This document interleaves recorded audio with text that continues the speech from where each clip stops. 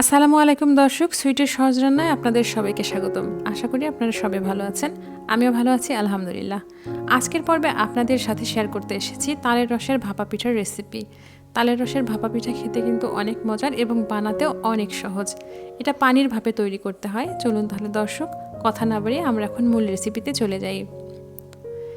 একটি বাটি নিয়েছি, বাটিতে নিয়ে নিচ্ছি মেজারিং কাপের 1 কাপ পরিমাণ চালের আটা, 1 টেবিল চামচ বেকিং পাউডার, 1/4 চা চামচ বেকিং সোডা, হাফ কাপ গুঁড়ো দুধ। এখন এই শুকনো উপকরণগুলোকে ভালো করে মিক্স করে নিচ্ছি। শুকনো উপকরণগুলো ভালো করে মিক্স করা হয়ে গেলে এর মধ্যে দিয়ে দিচ্ছি মেজারিং কাপের 1 কাপ তালের রস। তালের রসটা বেশ ঘন হয়েছে। দিয়ে দিচ্ছি 1 কাপ পরিমাণ কোরানো নারকেল,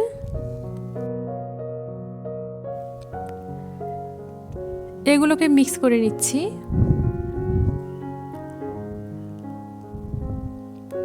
এখন দিয়ে দিচ্ছি চিনি দেব হাফ কাপের একটু বেশি। যারা মিষ্টি খেতে পছন্দ করেন তারা একটু বেশি করে দেবেন, যারা একটু কম পছন্দ করেন তারা কম করে দেবেন, একদম নিজের পছন্দ অনুযায়ী। এগুলোকে আবারও মিক্স করছি। এ পর্যায়ে মিশ্রণটা কিন্তু অনেক শক্ত হবে। এখন তরল দুধ একটু একটু করে দিয়ে সুন্দর একটা মিশ্রণ তৈরি করে নেব। দর্শক, আমার রেসিপি যদি আপনাদের ভালো লেগে থাকে প্লিজ আমার চ্যানেলটি সাবস্ক্রাইব করুন। আর যারা অলরেডি সাবস্ক্রাইব করেছেন থ্যাংক ইউ সো মাচ। আর যারা ফেসবুক পেজ থেকে ভিডিওটি দেখছেন তারা আমার পেজটি ফলো দিয়ে রাখুন আমার নিয়মিত ভিডিও পেতে। আর লাইক, কমেন্ট ও শেয়ার করতে কেউ ভুলবেন না প্লিজ। মিশ্রণটি তৈরি হয়ে গেছে। দর্শক, ঘনত্বটা খেয়াল করুন। এখন এটাকে ঢেকে রেখে দেব 3 থেকে 4 ঘন্টার জন্য, বা তারও যদি একটু বেশি সময় রাখতে পারেন তাহলে আরও ভালো হয়। এখন 3 ঘন্টা পর আমি এটাকে বের করে নিয়েছি। যে বাটিটিতে আমি ভাপা পিঠা তৈরি করব সেটাতে একটু তেল ব্রাশ করে নিয়েছি এবং তার মধ্যে এই মিশ্রণটিকে ঢেলে দিচ্ছি। আপনারা চাইলে স্টিলের বাটি, অ্যালুমিনিয়ামের বাটি যে কোনোটাই ব্যবহার করতে পারেন। আমি সিরামিক ব্যবহার করেছি। বরং সিরামিকের চেয়ে অ্যালুমিনিয়াম বা স্টিলেই অনেক ভালো হয়, কারণ তাতে কিন্তু ভাপা পিঠাটা তাড়াতাড়ি তৈরি হয়ে আসে। এবার চুলাতে রাইস কুকারের পাতিল বসিয়ে দিয়েছি এবং তার মধ্যে দিয়ে দিচ্ছি কিছুটা পানি। আর চালুনের মতো যে ঢাকনিটা আছে সেটা উপরে দিয়ে দিয়েছি। এরপর যে চুলাটাকে হাই হিটে দিয়ে পানিটাকে গরম করে নিতে হবে যেন ভাপ চলে আসে। এরপরে বাটিগুলো এর উপরে বসিয়ে দিচ্ছি। এখানে পিঠাটাকে ডেকোরেশন করার জন্য উপরে কিছু কোরানো নারকেল এবং চেরি ব্যবহার করেছি। এবারে চুলাটা হাই ফ্লেম থেকে মিডিয়াম ফ্লেম করে দিয়েছি আর একটা ঢাকনা দিয়ে ঢেকে দিচ্ছি।